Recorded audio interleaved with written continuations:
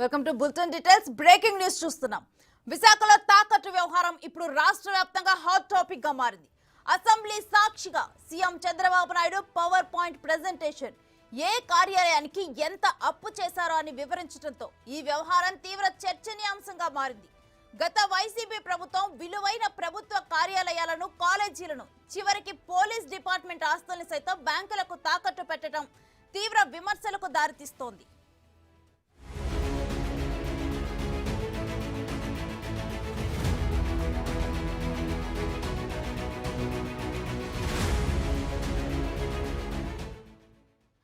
ఒకటి కాదు, రెండు కాదు, ఏకంగా 121 ఎకరాలను 1914 కోట్లకు బ్యాంకుల వద్ద తాకట్టు పెట్టేసినట్టు బట్టబయలవుతోంది. ఒక శాఖకే పరిమితం కాకుండా అన్ని శాఖల ఆస్తులను, చివరకు దివ్యాంగులకు సంబంధించిన ఆస్తులను కూడా బ్యాంకుల్లో తాకట్టు పెట్టి కోట్ల రూపాయలను అప్పుగా తెచ్చుకున్నారని విమర్శలు వెల్లువెత్తుతున్నాయి. ఒకేసారి ఈ 5 ఏళ్లలో జగన్ ప్రభుత్వం విశాఖలో ఉన్న ప్రభుత్వ కార్యాలయాలను తాకట్టుగా పెట్టిన ఆస్తులు ఏంటి, ఇంతకీ ఆ భూములు ఎక్కడ ఉన్నాయి, ప్రస్తుతం ఆ విలువైన భూముల్లో ఎలాంటి కార్యకలాపాలు జరుగుతున్నాయి అనే దాన్ని బిగ్ టీవీ చూపించే ప్రయత్నం చేసింది. గత ప్రభుత్వ హయాంలో సీఎం జగన్మోహన్ రెడ్డికి రాష్ట్రంలో అప్పు పుట్టలేదు. బ్యాంకుల నుంచి అప్పు కావాలంటే ప్రభుత్వ గ్యారంటీతో పాటుగా ప్రభుత్వ ఆస్తులను తనఖా కింద కోరింది. దీంతో విశాఖలోనే ఎన్నో విలువైన దాదాపుగా 121 ఎకరాల స్థలాలను 1914 కోట్లకు తనఖా పెట్టేసి అప్పులు తీసుకున్నారు. అవి ఎంతో విలువైనటువంటి స్థలాలు అసలు ఎక్కడున్నాయి, వాటి విలువ ఎంతో తెలుసా? బిగ్ టీవీ చూపించే ప్రయత్నం చేస్తుంది, చూద్దాం రండి. ఇక్కడ కనిపిస్తున్నది హనుమంతువాక సమీపంలో ఉన్న పశు సంవర్ధన శాఖకు సంబంధించిన 30 ఎకరాల భూమి. దీన్ని బ్యాంకుల్లో తాకట్టు పెట్టి 359 కోట్లు అప్పుగా తీసుకున్నారు. ప్రస్తుతం ఈ డైరీ ఫామ్ లో ఎన్నో పరిశోధనలు జరుగుతున్నాయి.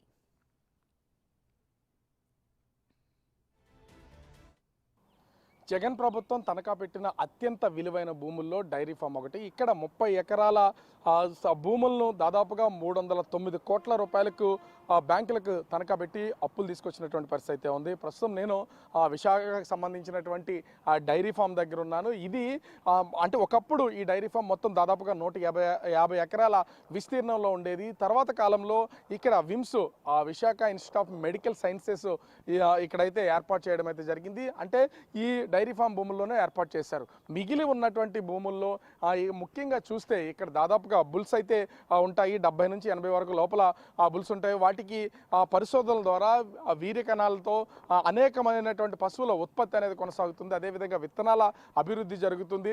వ్యవసాయ సాగుకు సంబంధించినటువంటి పశువుల ఉత్పత్తిలో ఉపయోగించేటువంటి రకరకాలుగా పాడి పశువులకు సంబంధించినటువంటి వాటిని పరిశోధనలు చేస్తూ ఉంటారు. అంటే ఇంత విలువైనటువంటిది ముఖ్యంగా మనం చూడొచ్చు. 30 ఎకరాలని 309 కోట్లు అంటే ఒక్కొక్క ఎకరం 10 కోట్ల 30 లక్షల రూపాయలకి ఒక్కొక్క ఎకరాన్ని అంటే బ్యాంకుకి తనఖా పెట్టారు. అంటే ఒక బ్యాంకులు ప్రభుత్వం దగ్గర నుంచి తీసుకున్నటువంటి ఒక ఎకరాకే 10 కోట్ల రూపాయలు చెల్లించిందంటే దీన్ని బహిరంగ మార్కెట్లో ఎన్ని వందల కోట్లు ఉంటుందో ఒక్కొక్క ఎకరం మనం దీన్ని బట్టి అర్థం చేసుకోవచ్చు. ముఖ్యంగా ఈ డైరీ ఫామ్ అనేది కీలక అంటే జాతీయ రహదారికి సంబంధించి ఈ హనుమంతువాక దగ్గర నుంచి కేవలం దాదాపుగా 300 నుంచి 400 మీటర్ల దూరంలోనే నేషనల్ హైవేకి ఆనుకుని ఉంది. ఒక పక్కన అంటే ఈ పరిశోధనా సంస్థ డైరీ ఫామ్ ఉండడం, దానికి ఆపోజిట్లోనే డైరీకి సంబంధించి యానిమల్ హస్బెండరీ కాలేజీలు, పీజీ కాలేజీలు ఉండడం, ఆపోజిట్లో ఈ స్టేట్ సంబంధించినటువంటి కార్యాలయాలు, జిల్లా కార్యాలయాలు మొత్తం అన్నీ ఒకే చోట ఉన్నాయి. మనకి నేరుగా కనిపిస్తున్నది విమ్స్కి సంబంధించినటువంటి క్యాంపస్. అదేవిధంగా మేము ఉన్నటువంటిది ఈ డైరీ ఫామ్ క్యాంపస్. దాదాపుగా 30 ఎకరాలు ఉన్నటువంటి దాన్ని ఎకరం 10 కోట్ల 30 లక్షలకు మొత్తం 309 కోట్లకి బ్యాంకులకి అయితే తనఖా పెట్టినటువంటి పరిస్థితి అయితే ఉంది. ఇలా ఎంతో విలువైనటువంటి విశాఖ భూముల్ని వివిధ బ్యాంకులకి అప్పులు తీసుకోవడం కోసం వీళ్ళు గ్యారంటీగా చూపించి అప్పులు తీసుకొచ్చినటువంటి పరిస్థితి అయితే ఉంది. ఒక్కటే కాదు, ఇంకా విలువైనటువంటి భూములు ఉన్నాయి. కొన్ని కోట్ల రూపాయలకి వీటిని అయితే తనఖాలు పెట్టేస్తారు. అవి ఎక్కడెక్కడ ఉన్నాయి ఏంటనేది నేను చూపించే ప్రయత్నం అయితే చేస్తాను. బిగ్ టీవీ ఎక్స్క్లూజివ్గా మొత్తం భూములకు సంబంధించి ఇప్పటికే సీఎం చంద్రబాబు వీటిని పవర్ పాయింట్ ప్రజెంటేషన్ చేస్తున్నటువంటి నేపథ్యంలో ఎక్కడెక్కడ ఉన్నాయి, ఎంత విలువైనటువంటి భూములు ఎంతగా తనఖాలు పెట్టారని చూపించే ప్రయత్నం చేస్తాను. పదండి ముందు ఏమన్నాయో చూద్దాం. విశాఖ నగరంలోని ఎంవీపీ కాలనీలో ఉన్న రైతు బజార్ ఇది. హైదరాబాద్లోని బంజారా హిల్స్తో ఈ కాలనీని పోలుస్తారు. అలానే ఇక్కడ భూములు రేటు కూడా ఆకాశాన్నట్టుతాయి. అంత విలువైన ప్రాంతాన్ని ఉన్న రైతు బజార్ స్థలాన్ని తాకట్టు పెట్టి 90 కోట్ల రూపాయలు అప్పుగా తీసుకొచ్చారు. నిత్యం రద్దీగా ఉండే ఎంవీపీ కాలనీ రైతు బజార్ని తాకట్టు పెట్టడంపై ప్రజలు ఫైర్ అవుతున్నారు. ఆస్తి మనది కాకపోతే ఎంతకైనా తాకట్టు పెట్టేయచ్చు అని చెప్పడానికి ఇది ఒక నిదర్శనం. మనం ముందుగానే చెప్తూ ఉన్నాం. గత ప్రభుత్వ హయాంలో జగన్మోహన్ రెడ్డి ఎక్కడెక్కడ విశాఖలో ఉన్నటువంటి ఆస్తులను తనఖా పెట్టారో అట్లాంటిదే ఎంవీపీ రైతు బజారు. దాదాపుగా 4 ఎకరాలని 90 కోట్ల రూపాయలకి బ్యాంకులకు తనఖా పెట్టినటువంటి స్థలం. ఇది ఎంత విలువైన స్థలం అంటే లైక్ ఒక ఉదాహరణకు చెప్పాలంటే హైదరాబాద్లో ఉన్నటువంటి బంజారా హిల్స్లో ఈ స్థలానికి ఎంత వాల్యూ ఉంటుందో ఇక్కడ కూడా మరో బంజారా హిల్స్ లాంటి సైట్ ఇది. ముఖ్యంగా చూస్తే ఎంవీపీ రైతు బజార్కి ఆనుకునే కేంద్ర ప్రభుత్వ సంస్థలైనటువంటి సిబిఐ డిపార్ట్మెంట్కి సంబంధించినటువంటి కార్యాలయం, కేంద్ర ఆదాయ పన్నుకు సంబంధించినటువంటి కార్యాలయం, ఇలా ప్రధాన కార్యాలయాలన్నీ ఇక్కడే ఉంటాయి. అంత విలువైనటువంటి భూమి. ముఖ్యంగా దీన్ని 4 ఎకరాలని అంటే బ్యాంకులకు ప్రభుత్వ స్థలంగా ప్రభుత్వ రేటు ప్రకారం దాదాపుగా ఒక్కొక్క ఎకరాన్ని 22.5 కోట్లకి తనఖా పెట్టారంటేనే ప్రభుత్వ లెక్కల ప్రకారమే 22 కోట్ల పైసలకు ఒక్కొక్క ఎకరాన్ని బ్యాంకులకు తనఖాకు వెళ్ళిందంటే అదే అంటే బహిరంగ మార్కెట్లో ప్రైవేట్ మార్కెట్లో దీని వాల్యూ ఎంత ఉంటుంది అనేది అర్థం చేసుకోవచ్చు.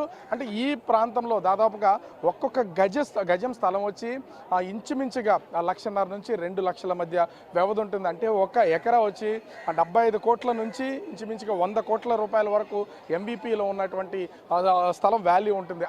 అంతటి విలువైనటువంటి ఈ భూమిని 4 ఎకరాలని దాదాపుగా 90 కోట్ల రూపాయలకి గత ప్రభుత్వ హయాంలో అప్పు పుట్టకపోవడంతో ఈ స్థలం మొత్తాన్ని కూడా బ్యాంకులకు షూరిటీగా ఇచ్చినటువంటి పరిస్థితి అయితే ఉంది.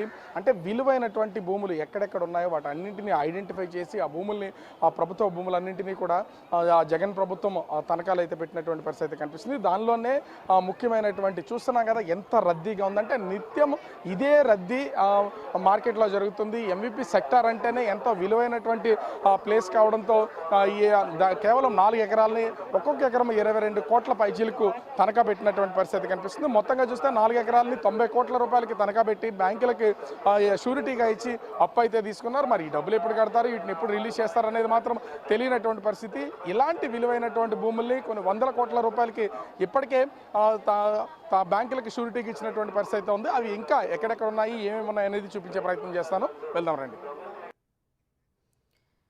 విశాఖ సిరిపురంలో ఉన్న సర్క్యూట్ హౌస్ ఇది. కోట్ల విలువైన ఈ సర్క్యూట్ హౌస్ 3 ఎకరాల భూమిని తాకట్టు పెట్టి 21 కోట్లు అప్పు తీసుకున్నారు. ప్రస్తుతం ఎన్నో వివాదాల్లో ఉన్న దస్పల్లా భూముల్లోనే ఈ సర్క్యూట్ అవుతుంది. సర్క్యూట్ హౌస్ కి నిత్య మంత్రులు, ఉన్నతాధికారులు వస్తూ పోతూ ఉంటారు. అలాంటి సర్క్యూట్ హౌస్ ని బ్యాంకుల్లో తాకట్టు పెట్టి సొమ్మును తెచ్చేశారు. విశాఖ సిటీ నడి మధ్యలో ఉన్నటువంటిది నా వెనక కనిపిస్తున్నటువంటిది ప్రభుత్వ అతిథి గృహం. దీన్నే వైజాగ్లో సర్క్యూట్ హౌస్గా పిలుస్తారు. సో దీని విలువ ఎంతంటే 1 ఎకరం ప్రభుత్వ లెక్కల ప్రకారం బ్యాంకులో తనఖా పెట్టిన దానికి సంబంధించి అంటే షూరిటీగా ఇచ్చిన దానికి సంబంధించి 1 ఎకరం వచ్చి దాదాపుగా 27 కోట్లు. మొత్తం 3 ఎకరాల స్థలాన్ని ఇంచుమించుగా 81 కోట్ల రూపాయలకి బ్యాంకుకి షూరిటీగా ఇచ్చేసినటువంటిది అయితే ఉంది. అంటే గత ప్రభుత్వ హయాంలో అప్పులు ఎక్కడ పుట్టకపోయేసరికి అది ప్రభుత్వ స్థలాలు, ప్రభుత్వ కార్యాలయాలు, అదేవిధంగా ప్రభుత్వ అధికారులు నివాసం ఉండే ప్లేసెస్ ఎక్కడ స్థలం దొరికితే అక్కడ ప్రతిదాన్ని మొక్కల కింద చేసేసి అమ్మేసినటువంటి పరిస్థితి కనిపిస్తుంది. ఇది ముఖ్యంగా ఈ సర్క్యూట్ హౌస్ కూడా ఇప్పటికే ఎంతో వివాదాల్లో ఉన్నటువంటి దస్పల్లా భూముల్లోని భాగమే. ఇది కూడా దస్పల్లా భూములకి సంబంధించి ఇప్పటికే ఒక వివాదం నడుస్తుంది. ఆ వివాదం ఆ స్థలాలు ఎవరు అని దానిలో ఆనుకుని ఉన్నటువంటిది దాదాపుగా 3 ఎకరాల విస్తీర్ణంలో నిర్మాణం చేపట్టినటువంటిది ఈ బిల్డింగ్. అదేవిధంగా చుట్టూ ఉన్నటువంటి ఈ సైటు వాల్యూ అంతా కూడా కొండపైన ఉంటుంది. ప్రభుత్వ లెక్కల ప్రకారం బ్యాంకుకి వీళ్ళు మార్గేజ్ చేసుకోవడానికి ఇచ్చినటువంటిది 1 ఎకరం 27 కోట్ల రూపాయలు అయితే అదే ప్రైవేట్ మార్కెట్లో ఒక్కొక్క ఎకరం వాల్యూ దాదాపుగా 200 కోట్లకు పైనే ఉంటుంది అనేది ఒక అంచనా. ఎందుకంటే ఇది సిటీకి అత్యంత అటు ఆర్టీసీ కాంప్లెక్స్ కానీ ఇటు ఆంధ్ర యూనివర్సిటీ ముఖ్యంగా ఎటు నుంచి ఎక్కడికి చూసినా కూడా ఈ ప్లేస్ నుంచి చూస్తే అన్ని ఏరియాలు కూడా చాలా దగ్గరగా కనిపిస్తుంది. 1 కిలోమీటర్ పరిధిలోనే ఇవన్నీ ఉంటాయి. ఇక్కడ ఉడా కార్యాలయాలు ఉన్నాయి. అదేవిధంగా మరోపక్క చూస్తే కమిషనర్ ఆఫీసుకు సంబంధించినటువంటి అటు మున్సిపల్ కమిషనర్ ఆఫీసు ఇవన్నీ కూడా ఒకే ఏరియాలో ఉండేటట్టు అత్యంత విలువైనటువంటి భూమి. ఈ ప్రభుత్వ అతిథి గృహాన్ని కూడా మొత్తం ఒక్కొక్క ఎకరాన్ని 27 కోట్లకి చొప్పున మొత్తము 3 ఎకరాలని 81 కోట్ల రూపాయలకి బ్యాంకులకు తాకట్టు పెట్టినటువంటిది అయితే చూస్తున్నాం. అంటే ప్రభుత్వ ఆస్తులు ఎక్కడ కనిపిస్తే అక్కడ ముక్కలు చేసి అమ్మేసినటువంటి వైన్ అయితే తనఖాలు పెట్టేసినటువంటి వైన్ అయితే కనిపిస్తుంది. ఒకవేళ వీటిని రిలీజ్ చేయకపోతే కనుక ఖచ్చితంగా బ్యాంకులు స్వాధీనం చేసుకుని వేలంలోకి వెళ్తాయి. ఇప్పటికే రాష్ట్ర ప్రభుత్వం అప్పుల్లో ఉందని చెప్తున్నారు. ఈ అప్పుల కుప్ప ఇది పేరుకుపోవడానికి ఇట్లాంటి వాటిని ఎవరికీ తెలియకుండా కామ్గా అయితే బ్యాంకుల ద్వారా మార్గేజ్ చేసేసి వీటి నుంచి డబ్బులు అయితే తీసుకున్నటువంటి పరిస్థితి కనిపిస్తుంది. అలా తీసుకున్నటువంటి దానిలో మరొకటి ప్రభుత్వానికి సంబంధించినటువంటి సర్క్యూట్ హౌస్ ఇది ప్రభుత్వ అతిథి గృహం. దీని మీద 81 కోట్ల రూపాయలు కేవలం 3 ఎకరాలని ఇచ్చి అయితే తీసుకున్నటువంటి పరిస్థితి కనిపిస్తుంది. ఇట్లాంటివి ఇంచుమించుగా ఎన్నో ప్రభుత్వ భూముల్ని గత ప్రభుత్వ హయాంలో జగన్మోహన్ రెడ్డి ప్రభుత్వం తనఖాలు పెట్టినటువంటి పరిస్థితి అయితే ఉంది. ఇంకా మనం చూద్దాం ఇంకా ఎంత విలువైనటువంటి ప్రభుత్వ భూములు ప్రభుత్వ కార్యాలయాలు బ్యాంకులకు మార్గేజ్ అయి ఉన్నాయో వాటికి సంగతి కూడా చూపించే ప్రయత్నం అయితే చేస్తాను. చూస్తున్నాం కదా ఇంత విలువైనటువంటి భూముల్ని లెక్కాపత్రం లేకుండా ఎలాంటి భయం లేకుండా కూడా బ్యాంకులకి మార్గేజ్ చేసినటువంటి పరిస్థితి కనిపిస్తోంది. బ్రిటిష్ కాలంలో నిర్మించిన రాజభవనంలో ఉన్న ఇది ఇరిగేషన్ శాఖకు సంబంధించిన బిల్డింగ్. ఈ బిల్డింగ్ తో పాటు వెనుక ఇరిగేషన్ శాఖ క్వార్టర్స్ కూడా ఉన్నాయి. ఒకప్పుడు దీన్ని ఇరిగేషన్ ఈఈ బంగ్లాగా పిలిచేవాళ్ళు. 10 ఎకరాల విస్తీర్ణంలో ఉన్న ఈఈ బంగ్లాను 203 కోట్లకు తాకట్టు పెట్టి డబ్బులు అప్పుగా తెచ్చారు. జిల్లా కలెక్టర్ కార్యాలయం, జిల్లా పరిషత్ ఆఫీసు, కేజీహెచ్ హాస్పిటల్ మొత్తం ఇట్లాంటి విలువైనటువంటి ప్లేసెస్ ఉన్నటువంటిది నేనున్నటువంటి మహారాణిపేటలో ఉన్నటువంటి ఇరిగేషన్ స్థలం. చూస్తున్నాం కదా ఈ కనిపిస్తున్నదంతా కూడా ఇరిగేషన్ శాఖకు సంబంధించిన ఇరిగేషన్ ఈ బంగ్లాకు సంబంధించినటువంటి సైటు. దాదాపుగా 10 ఎకరాలు ఉన్నటువంటి ఈ సైట్ని గత ప్రభుత్వం జగన్ హయాంలో బ్యాంకులకు దాదాపుగా 203 కోట్ల రూపాయలకి మార్ట్గేజ్ చేసేసినటువంటి పరిస్థితి ఉంది. అప్పులు తీసుకోవడానికి ప్రభుత్వం హామీ సరిపోకపోవడంతో ప్రభుత్వ స్థలాలను కార్యాలయాలను తనఖాలు పెట్టినటువంటి పరిస్థితి ఉంది. దానిలో భాగంగానే ఈ జలవనరుల శాఖకు సంబంధించినటువంటి ఈ బంగ్లాకు సంబంధించినటువంటిది అంటే ఎప్పట్లోనో ఈ బంగ్లాను ఒక చోట ఆ కార్యాలయాలు ఉంటే మరొక చోట బంగ్లాలు ఉండేవి. కానీ ఇప్పుడు మొత్తం డెవలప్మెంట్ పెరుగుతున్నటువంటి నేపథ్యంలో ప్రభుత్వ ఉన్నతాధికారులు వేరొక చోట నివాసం ఉంటుంటే వీటిని కార్యాలయాలుగా మార్చినటువంటి పరిస్థితి కనిపిస్తుంది. ఉన్నటువంటిది అత్యంత విలువైన కొన్ని కోట్ల రూపాయలు. ముఖ్యంగా చూస్తే ఇక్కడ ప్రభుత్వం బ్యాంకులకు తనఖాగా ఇచ్చినటువంటి ఈ మార్ట్గేజ్ చేసినటువంటి ఒక్కొక్క ఎకరం కాస్టే దాదాపుగా 20 కోట్ల 30 లక్షల రూపాయలకి ఆ బ్యాంకులకు అయితే ఇచ్చినటువంటి పరిస్థితి ఉంది.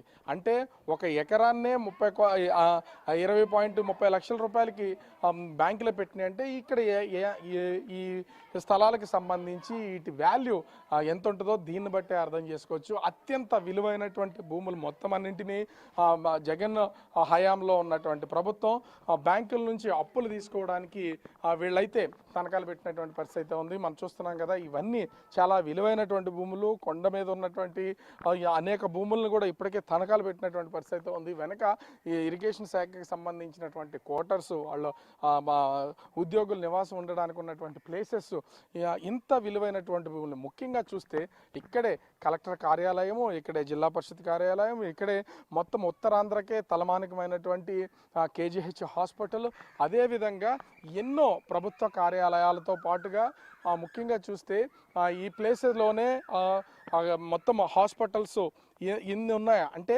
కొన్ని 100 కోట్ల రూపాయల విలువైనటువంటి భూములను ఈ లెక్క ప్రకారం చూస్తే దాదాపుగా ఇక్కడ ఒక్కొక్క ఎకరం 100 కోట్లకు పైనే ఉంటుంది. 10 ఎకరాలు ఇంచుమించుగా 1000 కోట్ల వాల్యూ చేస్తూ ఉంటుంది. అట్లాంటి ఈ భూమిని బ్యాంకులకు గత ప్రభుత్వ హయాంలో జగన్మోహన్ రెడ్డి హయాంలో తనఖాలు పెట్టేసినటువంటి పరిస్థితి అయితే కనిపిస్తుంది. ఇలా కోట్ల రూపాయలను అయితే తీసుకున్నారు. ఇంకా ఉన్నాయి, అసలు ఎక్కడెక్కడ ఉన్నాయి, ఏ ఏ శాఖలకు సంబంధించినటువంటి విలువైనటువంటి భూముల్ని తనఖాల కింద పెట్టారనేది చూపించే ప్రయత్నం చేస్తాను. గత ప్రభుత్వంలో ప్రజలకు రక్షణ కల్పించాల్సిన పోలీసుల ఆస్తులకే రక్షణ లేకుండా పోయింది. ఈ మాట అన్నది ఎవరో కాదు, స్వయాన కూటమి ప్రభుత్వంలో ఉన్న రాష్ట్ర హోంశాఖ మంత్రి వంగలపూడి అనిత. పోలీస్ శాఖకు సంబంధించిన క్వార్టర్స్ భూములను బ్యాంకుల్లో తాకట్టు పెట్టి 9 ఎకరాలకు 215 కోట్లు అప్పుగా తీసుకున్నారు. పోలీసుల ఆస్తులకే రక్షణ లేని దుస్థితిని జగన్ తీసుకొచ్చారని ఫైర్ అవుతున్నారు.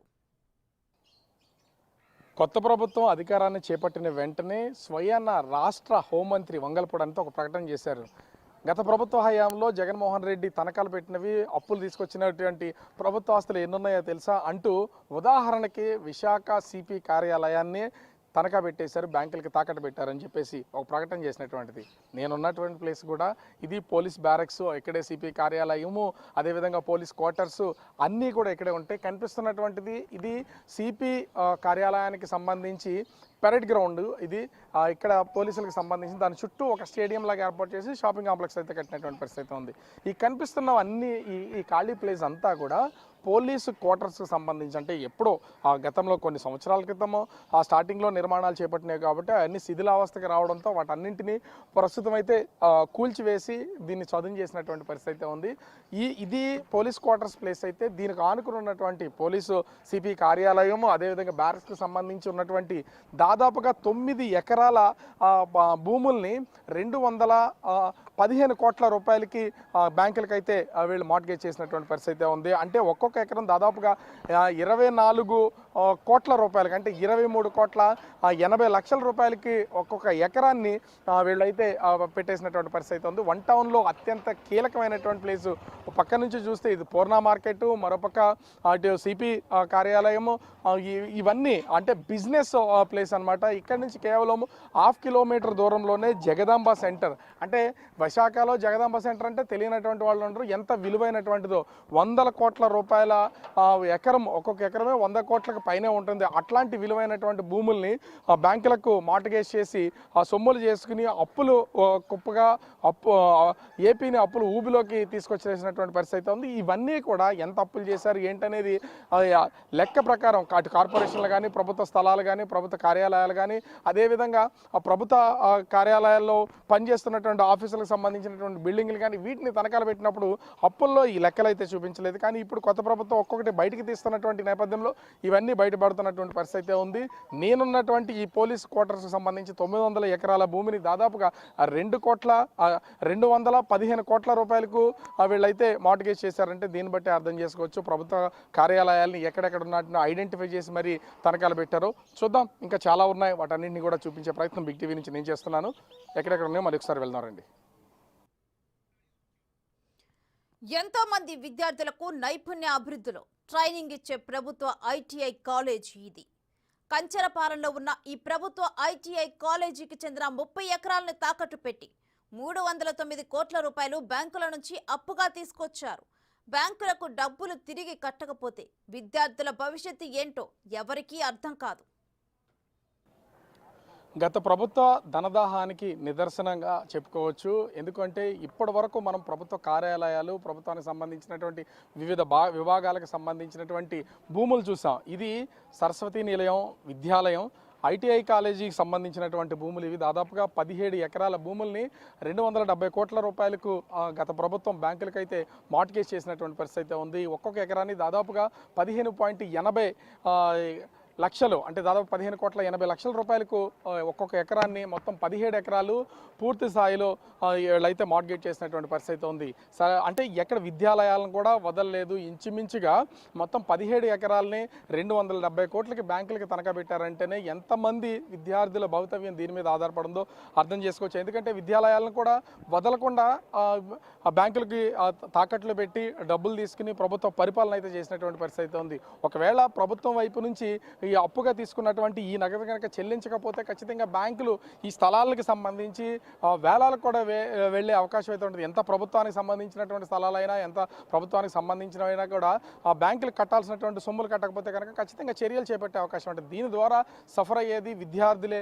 ఎందుకంటే అటు ప్రభుత్వ బ్యాంకులతో పాటుగా అనేక ప్రైవేట్ బ్యాంకుల దగ్గర కూడా అప్పులు తీసుకున్నటువంటి పరిస్థితి జగన్మోహన్ రెడ్డి ప్రభుత్వం అయితే ఉంది. దానిలో భాగంగానే ప్రభుత్వ ఐటీఐ, ఇది కంచిరపాలెంలో ఉన్నటువంటిది, అటు ఎన్ఏడికి అత్యంత సమీపాన ఉన్నటువంటిది, నేషనల్ హైవే పక్కనే ఉన్నటువంటి ఈ ప్రభుత్వ ఐటీఐకి సంబంధించి దాదాపుగా 270 కోట్ల రూపాయలను 17 ఎకరాలకి తాకట్టు పెట్టి మరీ వీళ్ళైతే తీసుకున్నటువంటి పరిస్థితి కదా. అంటే ఇన్ని కోట్ల రూపాయలని దాదాపుగా విశాఖ నగరంలో ఉన్నటువంటి అనేక స్థలాలకు సంబంధించి, భూములకు సంబంధించి దాదాపుగా 1914 కోట్ల రూపాయలను వీళ్ళు అప్పులుగా తీసుకున్నారంటే ఏ స్థలాలు, ఏ పొలాలు అనుకుంటా. కానీ అత్యంత విలువైనటువంటి విద్యాలయాలు, అదేవిధంగా వివిధ శాఖలకు సంబంధించినటువంటి ప్రభుత్వ కార్యాలయాల్ని, అదేవిధంగా ప్రభుత్వానికి సంబంధించినటువంటి అనేక ఇన్స్టిట్యూషన్స్ అన్నింటినీ కూడా వీళ్ళు ఈ అప్పులకి తనఖా పెట్టేసి తాకట్టు పెట్టి డబ్బులు తీసుకున్నటువంటి పరిస్థితి కనిపిస్తుంది. మొత్తంగా ఇది చూసాం కదా, ఇది 270 కోట్ల రూపాయలు 17 ఎకరాలంటే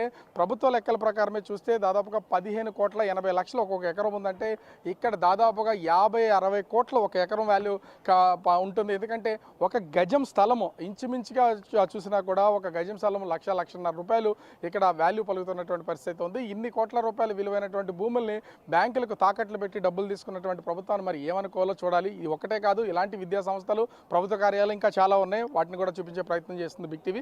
అవి కూడా చూద్దాం రండి. ఇదిగో ఇక్కడ జాతీయ రహదారిని ఆనుకొని కనిపిస్తున్న ఈ సుందరమైన భవనాలు ప్రభుత్వ పాలిటెక్నిక్ కాలేజీకి చెందినవి. 68 ఏళ్ల క్రితం ఏర్పాటు చేసిన ఈ పాలిటెక్నిక్ కాలేజీకి చెందిన 24 ఎకరాలను బ్యాంకుల్లో తాకట్టు పెట్టి 359 కోట్ల రూపాయలను అప్పుగా తీసుకున్నారు. ఇన్ని సంవత్సరాలు ఎన్నో ప్రభుత్వాలు పాలించినా ప్రభుత్వ ఆస్తుల జోలికి, విద్యాలయాల జోలికి పోలేదని, విద్యాలయాలకు చెందిన ఆస్తులను కూడా తాకట్టు పెట్టడం ఏంటని ప్రశ్నిస్తున్నారు. నా వెనక కనిపిస్తున్నది నిత్యం రద్దీగా ఉండే జాతీయ రహదారి, కలకత్తా టు చెన్నై జాతీయ రహదారి విశాఖపట్నం. అయితే దీని గురించి నేను చెప్తున్నానంటే దాని క్వైట్ ఆపోజిట్, కనీసం 10 అడుగుల దూరంలోనే కనిపిస్తుంది ప్రభుత్వ పాలిటెక్నిక్ కాలేజీ. ఇది 1956లో నిర్మాణం చేపట్టారు. ఇప్పటికి దాదాపుగా 68 సంవత్సరాలు పూర్తవుతుంది ఈ పాలిటెక్నిక్ కాలేజీ, ప్రభుత్వ పాలిటెక్నిక్ కాలేజీని స్థాపించి. ఎందుకు అంటే తాకట్లు పెట్టడానికి ఏది అడ్డు కాదు అని చెప్పడానికి. ఇప్పుడే మనము ఒక సరస్వతి నిలయం ఐటీఐ కాలేజీని చూసాం, ప్రభుత్వ ఐటీఐ కాలేజీని.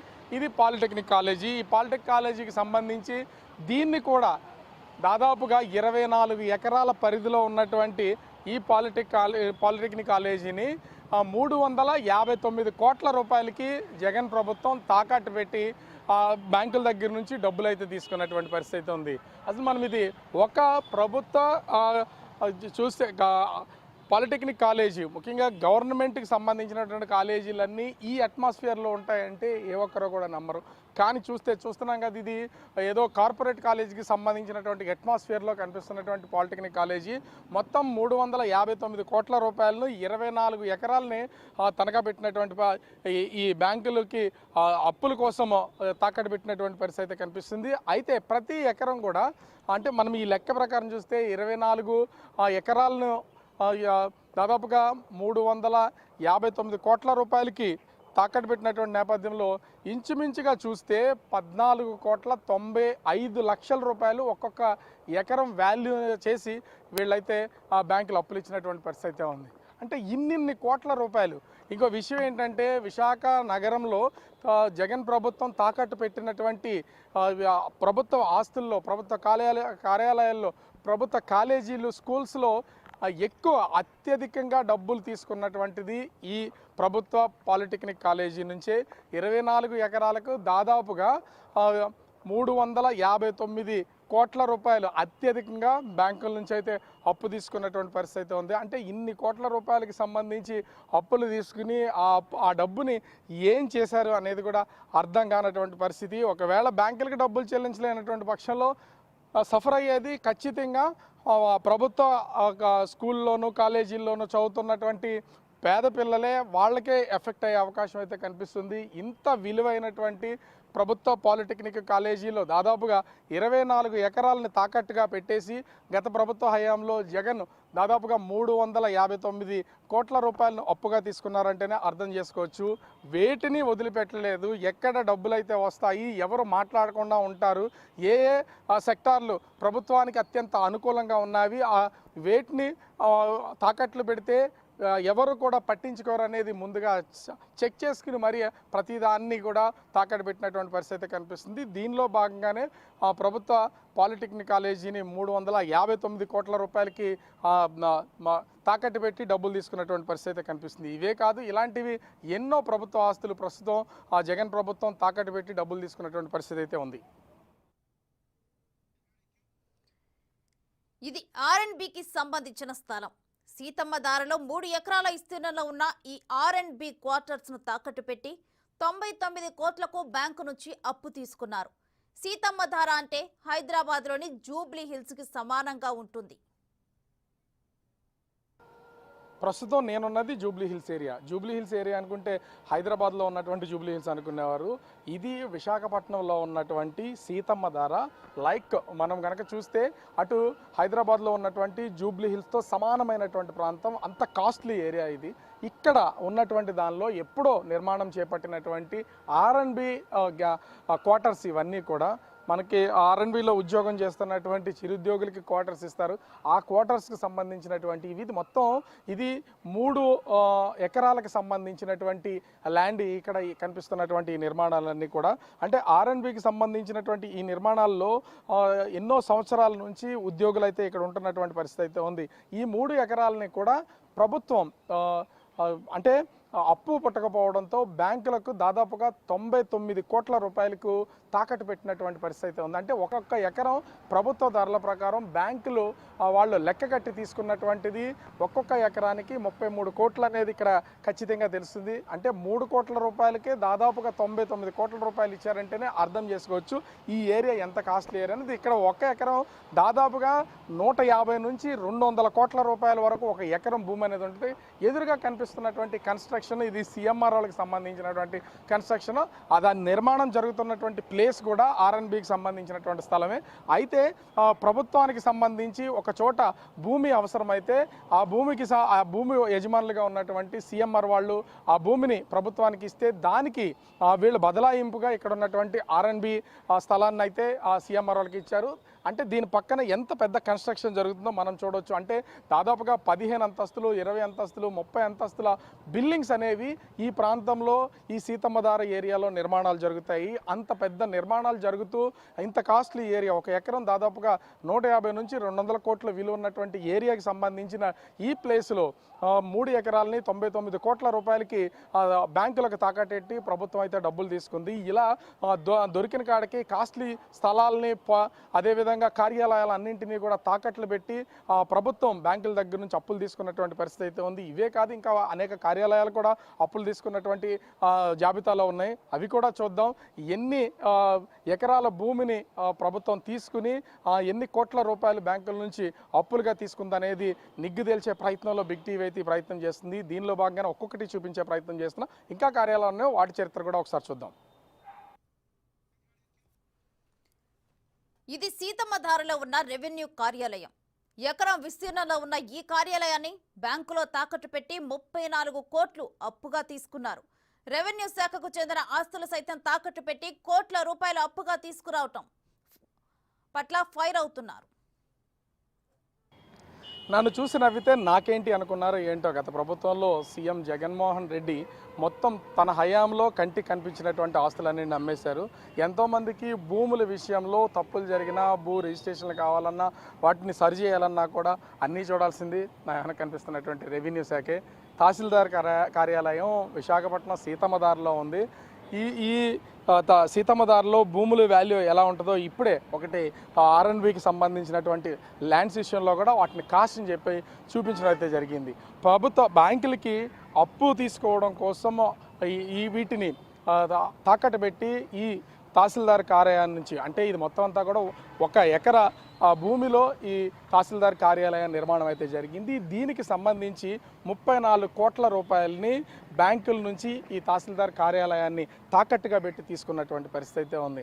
అంటే ప్రతిరోజు వచ్చిపోతూ ఉన్నటువంటి ఈ తహసీల్దార్ కార్యాలయాలకు కూడా ఏ విధమైనటువంటి రక్షణ లేదు, భక్షణ తప్ప.